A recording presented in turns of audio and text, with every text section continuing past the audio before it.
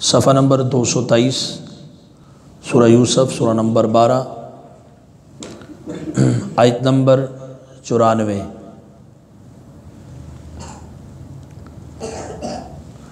اعوذ باللہ من الشیطان الرجیم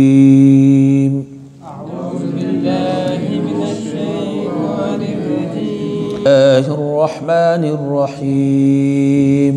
جب فصلت العیر جدا ہوا قافلہ، یعنی نکل پڑا مصر سے جدا ہوا العیر قافلہ، قال ابوہم، تو ان کے باپ نے کہا، یعنی سیدنا یعقوب علیہ السلام نے کہا، بیٹوں کے باپ نے کہا، انی لاجد، بے شک میں پاتا ہوں، البتہ میں پاتا ہوں، ریح یوسف، یوسف کی خوشبو، لولا ان تفندون، یہ نہ ہو کہ تم مجھے بہکا ہوا کہو گے، یعنی اگر تم مجھے بہکا ہوا نہیں کہو گے تو میں تو یوسف کی خوشبو پا رہا ہوں۔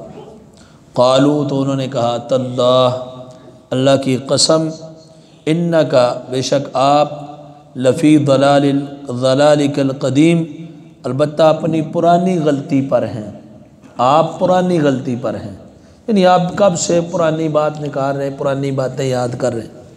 فلما، پس جب، ان جاء البشیر، آیا خوشخبری دینے والا، چنانچہ جیسے ہی خوشخبری دینے والا آیا، القاہ، تو اس نے ڈالا اس کو، علی وجہہ ہی، ان کے چہرے پر، فرتد، تو وہ ہو گئے، بصیراً، دیکھنے والے، بینا، یعنی جیسے ہی اس نے قمیض کو سیدنا یعقوب کے چہرے پہ ڈالا تو سیدنا یعقوب کی بینائی لوٹ آئی، دیکھنے والے ہو گئے۔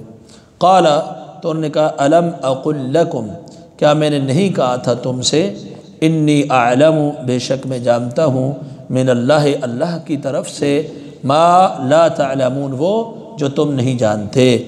قالو، تو انہوں نے کہا، یا ابانا، اے ہمارے ابا جان، استغفر لنا، بخشش طلب کیجئے ہمارے لیے، ذنوبنا، ہمارے گناہوں کی، انا کنا خاطئین، بے شک ہم خطا کار تھے۔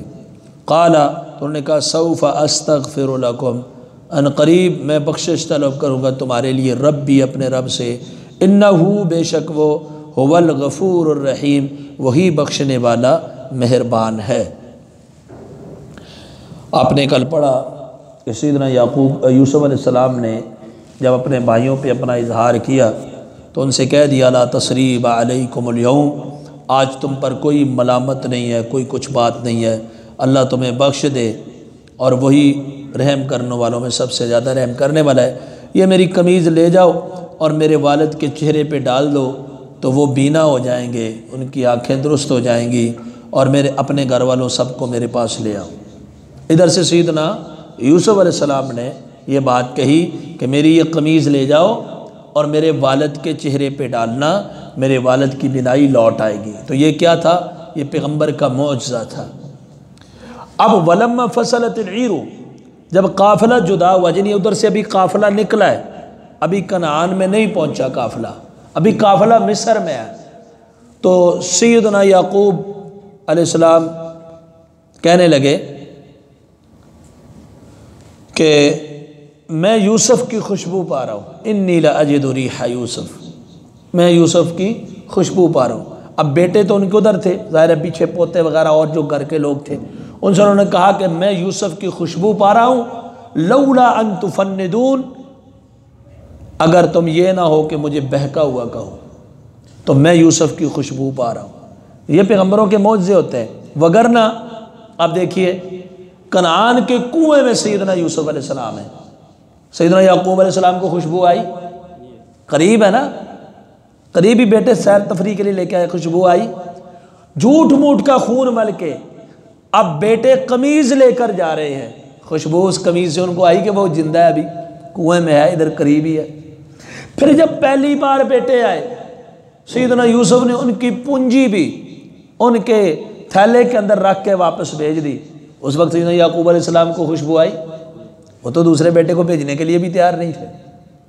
تو اب جب اللہ نے چاہا معجزے کا اظہار کرنا، اب سیدنا یعقوب علیہ السلام کو ادھر سے قافلہ چلا ہی ادھر سے خوشبو آنی شروع ہو گئی۔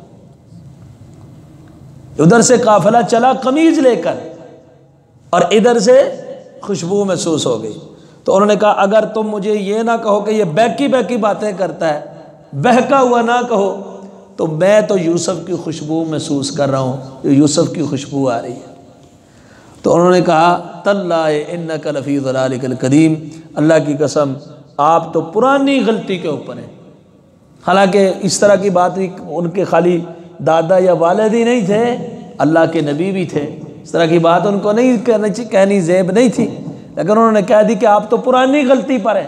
یعنی اتنی پرانی بات دہرا رہے ہیں، ابھی نیا معاملہ ہمارے ساتھ پیش آیا ہے تو آپ پرانی باتیں چھیڑ رہے ہیں، آپ یوسف ہی کر رہے ہیں، آپ یوسف کا تذکرہ ہی کر رہے ہیں باقی ساری مصیبتوں کو چھوڑ کر. ابھی قحط بھی ہے، آپ کا دوسرا بیٹا بھی ہے جو مصر کے اندر قید ہو گیا ہے، تو آپ پھر بھی پہلے بہت بچپن میں جو گم ہو گیا آپ اس کی یاد کر رہے ہیں، تو آپ پرانی غلطی پر ہیں. فلما ان جاء البشیر، پس جب وہ خوشخبری دینے والا آیا تو اس نے یوسف علیہ السلام نے کہا تھا نا کہ میری قمیض جا کے میرے والد کے چہرے پہ ڈالنا، تو اللہ کے حکم سے ان کی بینائی درست ہو جائے گی، کیونکہ وہ غم کے اندر اندھے ہو گئے تھے رو رو کے. تو اب جیسے ہی القاہ علی وجہہ، ان کے چہرے کے اوپر اس نے قمیص ڈال دی، فرتد بصیرا، اور آنکھیں لوٹ آئیں، چمک آ گئی. اب بعض نے تو یہ بھی کہا کہ شدت خوشی کی شدت میں بینائی درست ہو گئی، ہو سکتا ہے، لیکن شدت خوشی میں، لیکن یوسف علیہ السلام تو پہلے کہہ رہے ہیں، یوسف علیہ السلام تو پہلے ہی کہہ رہے ہیں نا کہ یہ میری قمیض لے کے جاؤ گے تو ان کی بینائی لوٹ آئے گی. خوشی کی انتہا تھی کہ کھویا ہوا عام بیٹا نہیں، وقت کا پیغمبر بیٹا ان کو ملا ہے. عام بیٹا تو نہیں تھا نا، بیٹا بھی تھا، اللہ کا نبی بھی تھا، وہ ان کو مل گیا بچپن کا کھویا ہوا. اس کے لیے بڑا ہی ان کے دل کے اندر صدمہ تھا، بڑا گہرا اثر ڈال دیا تھا صدمے نے، اور انہیں امید تھی رب پہ کہ وہ ملے گا ضرور. لیکن یہ پیغمبروں کی، دونوں پیغمبروں کے معجزات ہیں. ادھر یوسف علیہ السلام خود کہہ رہے ہیں میرے والد کے چہرے کے اوپر میری قمیض ڈالنا، ان کی بینائی آ جائے گی، اور ادھر آتے ہی جیسے ہی ڈالی تو ان کی بینائی درست ہو گئی، بینا ہو گئے، دیکھنے والے ہو گئے. اب یہی قمیض ہے، جب ابتلا کی آزمائش کی گھڑیاں شروع ہوئی، ذکر قمیض کا ہے، قمیض کے ساتھ جھوٹ موٹ کا خون مل کے لے گئے کہ آپ کے بیٹا کو جو ہے اس کو بھیڑیا کھا گیا. دوسری ابتلا اور آزمائش آئی کہ عزیز مصر کی بیوی نے آپ کے اوپر بہتان اور الزام لگا دیا خود بہکانے کے بعد. وہاں بھی ذکر قمیض کا ہے. اس نے کہا قمیض دیکھو آگے سے پھٹی ہوئی ہے کہ پیچھے سے؟ آگے سے پھٹی ہوئی ہے تو یہ جھوٹے ہیں، عورت سچی ہے. پیچھے سے پھٹی ہوئی ہے تو عورت جھوٹی ہے، یہ سچے ہیں. اور دیکھا تو قمیض پیچھے سے پھٹی ہوئی تھی، وہاں بھی ذکر قمیض کا. اب تیسری باری جب ملنے کا وقت آیا، اللہ نے ملانا چاہا، بلا اب ابتلا کی آزمائش کی گھڑیاں ختم ہو گئیں، اب اسودگی اور نعمتوں کی بارشیں شروع ہونے والی ہیں، خوشحالی آنے والی ہے، اور بچھڑے ہوئے آپس میں ملنے والے ہیں. اس وقت بھی ذکر قمیض کا ہے، جاؤ میری قمیض لے جاؤ. اور ادھر سے قمیض جیسے ہی ڈالی اللہ نے جو ہے وہ روشنی دے دی. تو یہ اس کے اندر بھی اللہ کی طرف سے بڑا کمال ہی تھا. اس قمیض کا تینوں جگہ پہ تذکرہ ہے، قمیص یوسف کا. تو فرمایا کہ اس وقت جب ان کی بینائی لوٹ آئی، سیدنا یعقوب علیہ السلام کے چہرے کے اوپر جب اپنے بیٹے کی قمیض تلی تو انہوں نے کہا الم اقل لکم، کیا میں تم سے نہیں کہتا تھا کہ اللہ کی طرف سے جو میں جانتا ہوں وہ تم نہیں جانتے. یعنی اللہ کی طرف سے مجھے تو علم تھا کہ میرا بیٹا پیغمبر ہے، پیغمبر بنے گا. کیسے ممکن ہے بچپن کے اندر فوت ہو جائے؟ جب اللہ کی وحی سچی ہے، ساری دنیا جھوٹی ہو سکتی ہے، وحی کے اندر غلطی نہیں ہو سکتی. تو پھر بیٹوں نے جب معاملہ دیکھا، ہمارا کرتوت تو کھل کے سامنے آ گیا.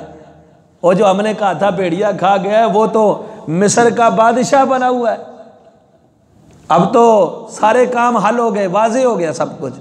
انہوں نے کہا یا ابا نستغفر لنا ذنوبنا انا کنا خاطئین، اے ہمارے ابا جان آپ ہمارے لیے گناہوں کی معافی مانگ لیں، ہم ہی خطا کار تھے، ہم سے غلطیاں ہو گئی، گناہ ہو گئے. بہت اعلیٰ ظرفی کا مظاہرہ کیا.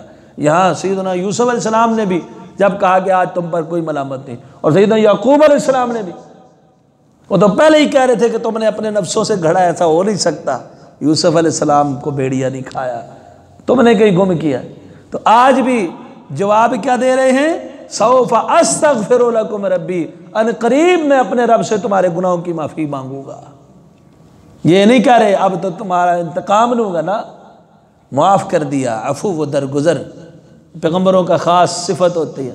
حالانکہ یوسف علیہ السلام سے بچپنے سے لے کر اب تک سیدنا یعقوب کا ایک ایک پل کیسے کٹا ہوگا آپ تصور بھی نہیں کر سکتے۔ جب کوئی فوت ہو جائے صبر آ جاتا ہے، جب کسی کے بارے میں پتہ ہی نہ ہو وہ کس حال میں ہوگا، خوش ہے یا نہ خوش، آسودگی میں ہے یا کس حال میں ہے، اس وقت ان کے چاہنے والوں کی جو کیفیت ہوتی ہے وہی جانتے، دوسرا نہیں جان سکتا۔ ہر وقت تڑپ تڑپ کے ایک ایک پل ایک ایک رات گزرتی ہوگی ان کی، لیکن پھر بھی اتنا لمبا عرصہ صدمے میں گزارا، آنکھیں سفید ہو گئی، بینائی چلی گئی، پھر بھی کہہ لیا سوف استغفر لکم ربی، میں ان قریب اپنے رب سے تمہارے گناہوں کی معافی طلب کروں گا۔ اچھا یہ کیوں نہیں کہا اسی وقت کیوں نہیں کہا کہ اے اللہ ان کو معاف کر دے؟ یہ کیوں کہا کہ میں تمہارے لیے گناہوں کی معافی کی دعا کروں گا، مانگوں گا؟ اس کا اہل علم نے کئی جواب دیے ہیں، ان میں سے ایک بات جو زیادہ مناسب معلوم ہوتی ہے وہ یہ ہے کہ زیادتی اگرچہ اس کا سب سے گہرا اثر سیدنا یعقوب پہ پڑا، غم زیادہ انہیں آیا، تکلیف زیادہ انہیں ہوئی، لیکن گھر سے بے گھر سیدنا یوسف علیہ السلام کو کیا، ظلم ان کے ساتھ انہوں نے کیے، پریشانی ان کو بھی آئی۔ تو اب یعقوب علیہ السلام ابھی تو ملے نہیں، اپنے بیٹے سے ملنے کے لیے جا رہے ہیں نا، تو انہوں نے شاید یہی سوچا ہو کہ پہلے جس کے گھر سے لے آ کر انہوں نے کنویں میں ڈالا تھا، پہلے وہ تو معاف کرے نا، پھر رب سے معافی میں مانگوں گا۔ لیکن انہوں نے تو پہلے ہی کہہ دیا تھا یغفر اللہ لکم، اللہ تمہیں معاف کر دے۔ تو سیدنا یعقوب علیہ السلام کے بارے میں یہ بھی آتا ہے بعض روایات میں جو ثابت نہیں ہے، سند انتہائی کمزور ہیں، کہ انہوں نے کہا تھا میں رات کے پچھلے پیر اٹھ کے جو ہے تمہارے لیے دعا مانگوں گا۔ تو یہ بات اللہ کے رسول صلی اللہ علیہ وسلم سے ثابت نہیں ہے۔ ائمہ تفسیر کے اقوالوں میں سے تابعین کے کچھ اقوال ضرور موجود ہیں۔